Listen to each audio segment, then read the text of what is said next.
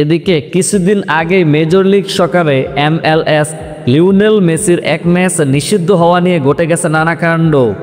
সেই ঘটনার রেশ কাটতে না কাটতে আরেকটি নিষেধাজ্ঞার খবর পেল আর্জেন্টাইন কিংবদন্তি। গেল বুধবার আতলাস ও ইন্টার মায়ামির খেলোয়াড়দের বাকবিতণ্ডায় জড়ানোর ঘটনাকে কেন্দ্র করে নিষিদ্ধ হয়ে লিওনেল মেসির দেহরক্ষী ইয়াসিন চুয়েকোর।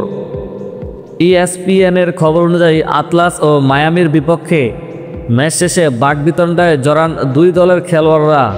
অনুমতি না থাকলেও সেটি থামাতে মাঠে প্রবেশ করেন মেসির দেহরক্ষী, জানিয়ে অভিযোগ তোলে আতলাসের খেলোয়াড়রা। লিগস কাপের শৃঙ্খলা কমিটিকে জানানো হলে এই নিষেধাজ্ঞা নেমে আসে।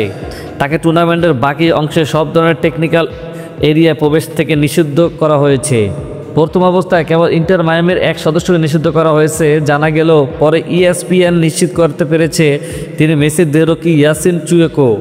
সংবাদ বিজ্ঞপ্তি দিয়ে টুর্নামেন্টের শৃঙ্খলা কমিটি জানিয়েছে, গত 30 জুলাই ম্যাচ শেষে মায়ামির ক্লাবের এক প্রতিনিধি পরিচয়পত্র ছাড়া নিষিদ্ধ এলাকায় প্রবেশ করেন এবং নিয়ম ও বহির্ভূত আচরণ করেন। এতে নিষেধাজ্ঞার পাশাপাশি মায়ামির ওপর অপ্রকাশিত অঙ্কের অর্থদণ্ড আরোপ করেছে।